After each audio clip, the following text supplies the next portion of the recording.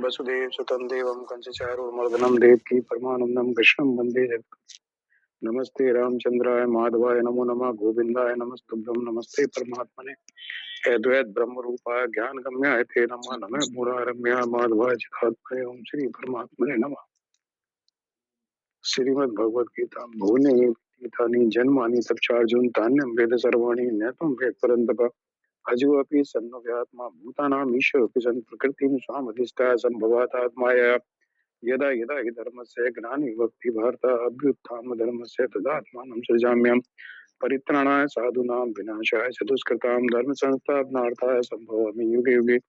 जन्म कर्म च मे दिव्यम् एवं यो वेत्ति त्यक्त्वा देहं पुनर्जन्म नैति मामेति सो अर्जुन वीतराग क्रोधा मन्मया माम उपाश्रिता वैभव ज्ञान तपसा भूता मध्वा मागधा ये तामां प्रपदन्ते तांस्ते भजाम्यहं मम भक्तान् वर्तन्ते मनुष्य सर्वसाजय। तो भगवान कह रहे हैं जन्म कर्म च मे दिव्यम एवं यो वेत्ति तत्ता। ये जो चौथा अध्याय है भगवान के कर्म दिव्य हैं।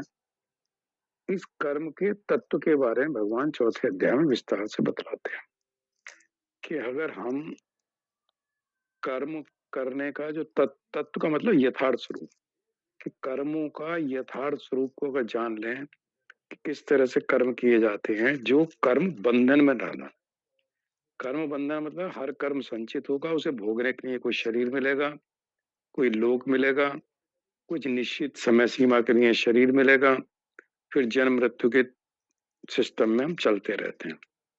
तो ये कर्मों के कारण ही शरीर मिलता है, शरीर मिलने पर कर्म करते हैं, फिर कर्मों से शरीर मिलता है, फिर शरीर से कर्म करते हैं।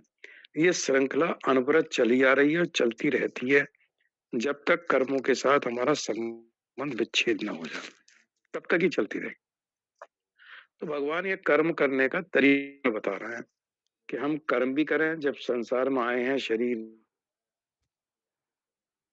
करते हैं और शरीर के द्वारा भी कर्म करते हैं, मन के द्वारा भी कर्म करते हैं, वाणी के द्वारा भी कर्म करते हैं।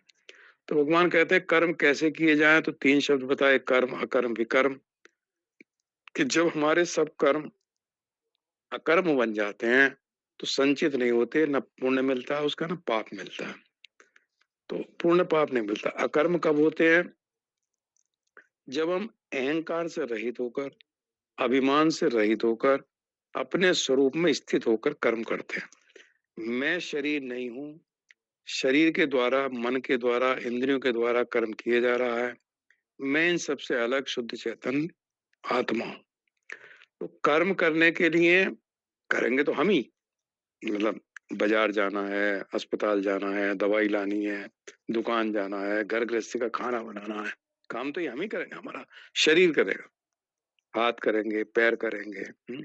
लेकिन हमारे अंदर एक भाव बना रहे कि मैं ये जो कर्म है अपने स्वार्थ के लिए नहीं कर रहा। मतलब मैं ये कर्म परिवार के लिए कर रहा हूँ, देखभाल करने के लिए कर रहा हूँ, समाज के किसी दूसरे व्यक्ति का हित होगा इसलिए कर रहा हूँ। परिवार है, समाज है, या अपना शरीर है। तो अपना शरीर भी अपना नहीं है, ये प्रकृति के दिए हुए शरीर है जिसमें इस वक्त मैं रहता हूँ।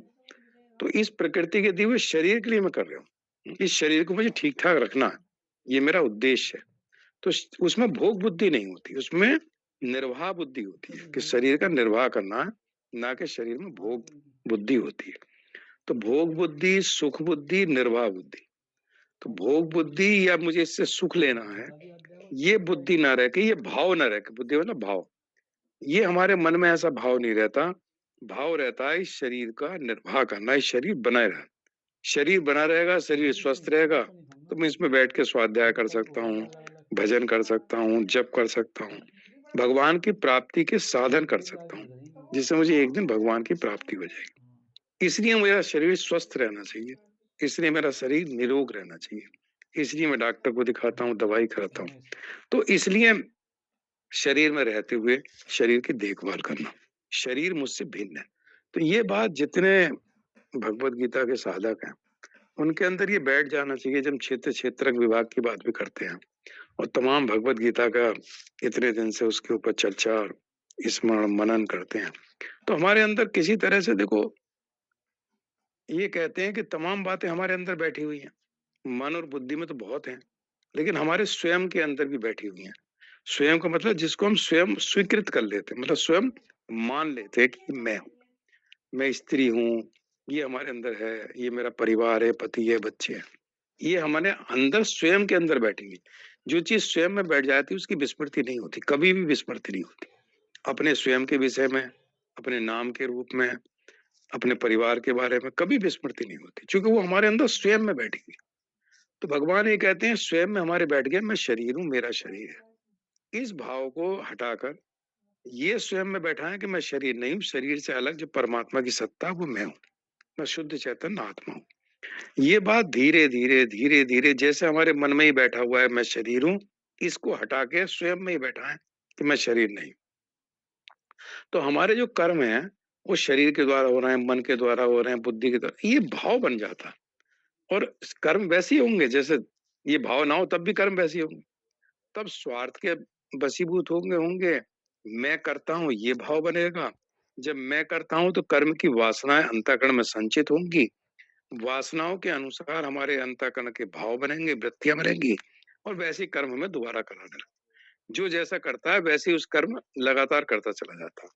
चोर चोरी करता रहता है और बड़ी चोरी करता है। स्वाध्याय करने वाला स्वाध्याय को बढ़ाता है। मतलब जिस तरह की हमारी वासनाएँ बन रही हैं उसी कर्म में हमारी रुचि होती है।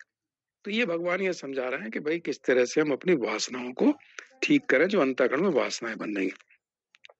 उन वासनाओं के अनुसार हमारी अंतःकरण की वृत्तियाँ बनती हैं। जैसी वृत्ति बनती हैं, वैसे हमारे कर्म होते हैं, वृत्ति के अनुसार भाव बनते हैं। तो ये ऐसा एक चक्रव्यूह है कि जिससे निकलने के लिए भगवान का अनुग्रह, भगवान की कृपा तो चाहिए, लेकिन अपने प्रयास भी चाहिए जिसको हम साधन कहते हैं। ये अपने साधन चाहिए, अपना प्रयास चाहिए जिसके कारण हम ये ऐसा करते रहते हैं। तो भगवान ने 21वें श्लोक में कहा था पहले, हालांकि वो अच्छा श्लोक था दूसरा, जो ये था यस्य सर्वे समारंभा काम संकल्प वर्जिता ज्ञान अग्नि दग्ध कर्माणि तमाहु पंडितम बुधा। जिसके सब काम जो है काम संकल्प वर्जिता, कामना और संकल्प से रहित होकर। तो संकल्प से कामना उत्पन्न होती है। जब संकल्प वासनाओं के कारण, जैसे हमारे अंतःकरण में वासना है वैसे हमारे संकल्प उत्पन्न होते हैं, उससे मन में इच्छा होती है, कामना उत्पन्न होती है, कामना के वशीभूत होकर हम कर्म करते हैं। तो भगवान कह रहे हैं तुम कर्म इसलिए मत करोगे फल की इच्छा के लिए कर्म कर रहे हो, कर्म इसलिए करोगे मेरा स्वधर्म है, ये मेरा नित्य कर्म है, मुझे इसको करना है। तो जब ये कर्म करना है तो मेरी ड्यूटी बनती है, मेरा स्वधर्म है, अपने धर्म का पालन करने के लिए मैं ये कर्म करता हूँ। इसमें मेरा अपना स्वार्थ नहीं है। तो ये अंतःकरण का भाव है। देखो, अंतःकरण के भाव शुद्ध हो जाए, अंतःकरण शुद्ध हो जाए, और दूसरे ही तब बनता है जब हमारा अंतःकरण शुद्ध हो जाता है।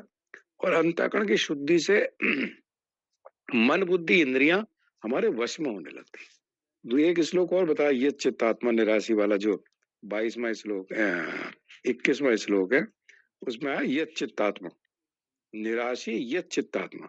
चित्तात्मा जो चित्त और आत्मा या शरीर को कहा, जिसका चित्त और आत्मा रूप, चूंकि आत्मा ही मानते हैं शरीर को, तो शरीर रूपी, शरीर और चित्त मतलब अंतःकरण, ये उसके वश में हो।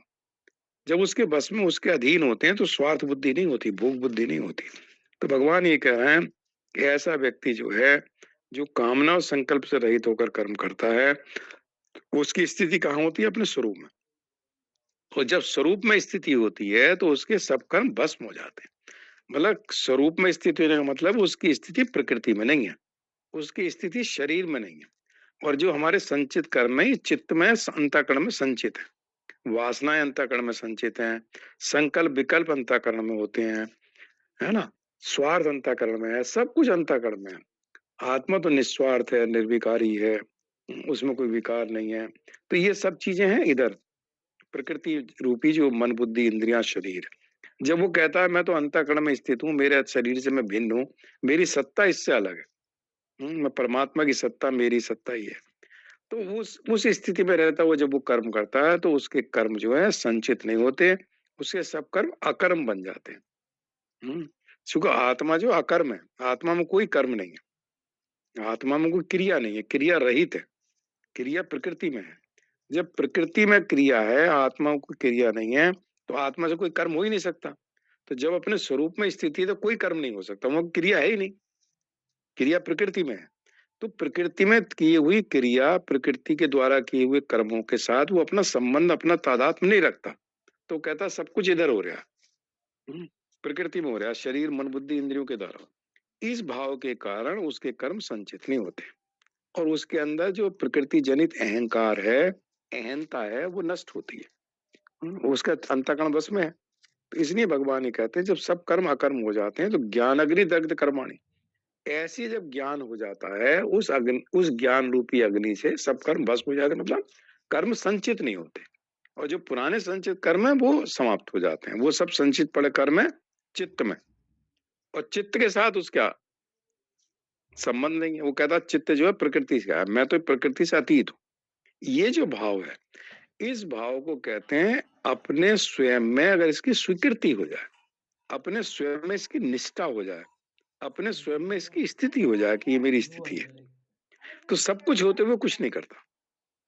मतलब सब कुछ करते हुए भी अगले श्लोक 20 में कहते हैं नैप किंचित करोमिति, करोति से कर्मण्य अभिप्रवृत्ता, कर्मों में अच्छी तरह लगा हुआ भी वो वास्तव में कुछ नहीं करता। देखो, मतलब सब कुछ करता है, कर्म में लगा हुआ है, शरीर के द्वारा सब काम कर रहा है, जैसे सब लोग करते हैं वो भी करता है। लेकिन भगवान कहते हैं 20वें श्लोक में कब त्यक्ता कर्म फलासंगम नित्य तृप्तो निराशा। तो जब वो नित्य तृप्त है, तृप्त का तृप्ति कहाँ होती है? आत्मा में, वो पूर्ण है ना। तो जब पूर्ण है, जितना अपूर्णता में अतृप्ति है, जब अपूर्ण है तो कामना इच्छाएं, वह तृप्त नहीं। तृप्ति के लिए कोई ना कोई इच्छा होती है कि ये पूरा हो जाए तो मैं तृप्त हो जाऊंगा, खाना मिल जाए तो तृप्त हो जाऊंगा, फिर खाना खा के कहते हैं पूरा तृप्त हो गया, अब कुछ नहीं चाहिए। तो तृप्ति का मतलब अब मुझे इसके अलावा कुछ नहीं चाहिए। तभी कहते हैं ना, वो कहता है एक रोटी और ले लो, वो कहता नहीं पूरी तरह तृप्त हो गया, अब मुझे एक रोटी का एक गस्सा भी नहीं चाहिए। तो जब तृप्ति है तो उसे कोई आवश्यकता नहीं है। तो ऐसी आत्मा में जब हमारी स्थिति होती है, अपने स्वरूप में स्थिति होती है, भाव बनता है, तो वह पूर्ण रूप से तृप्त है, वो पूर्ण है, पूर्णता में पूरी तृप्ति है। तो इसलिए वो कहते हैं नित्य तृप्त रहे, नित्य तृप्त है, सदा तृप्त रहता है। तो सदा तृप्त कौन रहता है? निराशय, संसार का, शरीर का, इनका आश्रय नहीं लेता, आश्रय परमात्मा का लेता है। शरीर का निर्वाह करता है, शरीर की देखभाल करता है, समय पे इसको खिलाना है, नहलाना है, सुलाना है, कपड़े पहनाने हैं, सब कुछ करता है। लेकिन वो जानता है कि शरीर से मैं अलग हूँ, जब तक मेरे प्रारब्ध में शरीर में रहना, तब तक इस शरीर में रहना है। एक दिन ही शरीर छोड़ के मैं अपना चला जाऊंगा, या जहां भी लीन हो जाऊंगा, जो भी होना है। तो शरीर के साथ, तो ये है क्या, ऐसे थोड़ी शरीर में रहते हुए हम शरीर से बाहर हैं। शरीर में रहते हुए ये भाव बन जाए, ये ज्ञान में स्थिति हो जाए कि मैं शरीर नहीं। तो वो कहते हैं ऐसा मानना है, जैसे हमने माना मैं शरीर हूँ, अब ये मानना है मैं शरीर नहीं हूँ, शरीर से भिन्न शुद्ध चैतन्य आत्मा हूँ। तो कहते हैं मान्यता ठीक करनी है, जो हमने मान रखा उसको छोड़ के एक नई मान्यता कर दो। ये ज्ञान है कि हमारा अज्ञान दूर हो गया। अब हमारा जो पहले हम कहते थे मैं शरीर हूँ, ये अविद्या के कारण, अज्ञान के कारण कहते हैं, अब कहता मैं शरीर नहीं हूँ, मैं शुद्ध चेतन आत्मा। तो जितना भी हम इस संसार में करते हैं, करेंगे तो शास्त्र भी ही थी, क्योंकि ज्ञान है, और जब स्वार्थ नहीं है तो शास्त्र निषिद्ध काम नहीं हो सकता। तो कहते हैं नैप किंचित करोति से, वो काम में करता हुआ भी कामनाओं से, उनसे रहित रहता। तो ये जो भगवान कह रहे हैं, ये क्यों कह रहे हैं?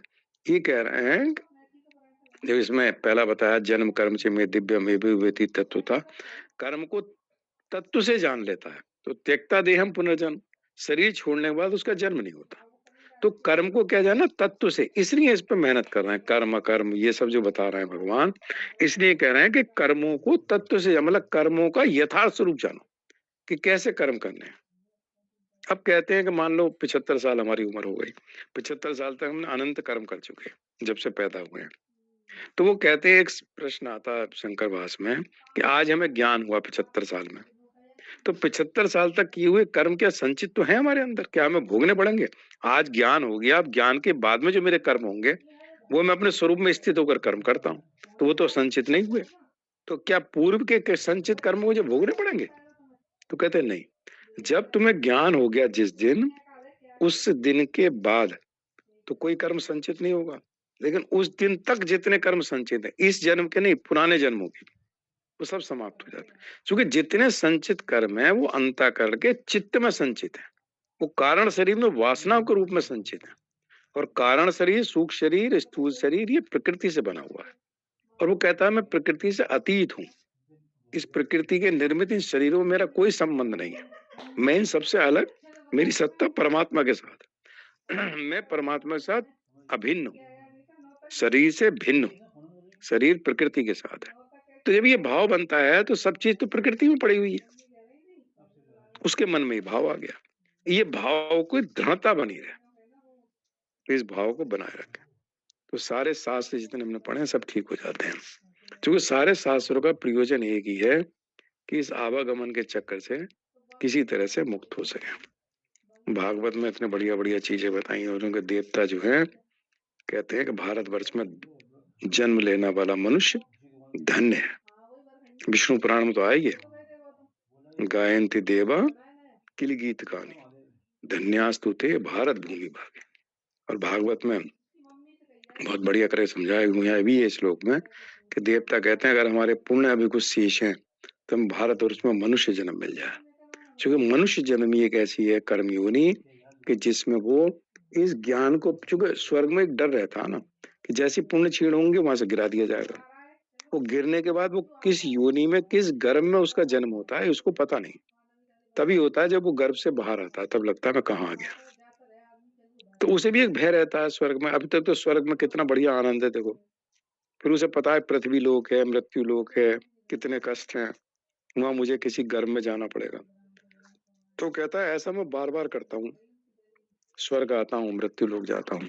तो ये प्रक्रिया कब तक चलती रहेगी। तो मृत्यु लोक से बड़े डरते हैं वो लोग। बस एक ही इसमें सुख है कि हम ज्ञान के द्वारा इस आवागमन के चक्कर से बाहर हो सकते हैं। ये सबसे बड़ा फायदा इस मृत्यु लोक का है, बाकी किसी लोक में ऐसा नहीं है। इसलिए वो कहते हैं, तो उस मृत्यु लोक में आके वो कहता है कि एक ही बार तो फिर मैं मृत्यु होगी मेरी जो मृत्यु लोक में, लेकिन हमेशा हमेशा के लिए मैं इस आवागमन से मुक्त हो जाऊंगा। तो ये कहते हैं ओम पूर्णमदः पूर्णमिदं पूर्णात् पूर्णमुदच्यते पूर्णस्य पूर्णमादाय पूर्णमेवावशिष्यते। ओम शांति शांति शांति। श्री कृष्ण अर्पणमस्तु। हरि ओम तत्सत। हरि ओम तत्सत। जय श्री कृष्ण।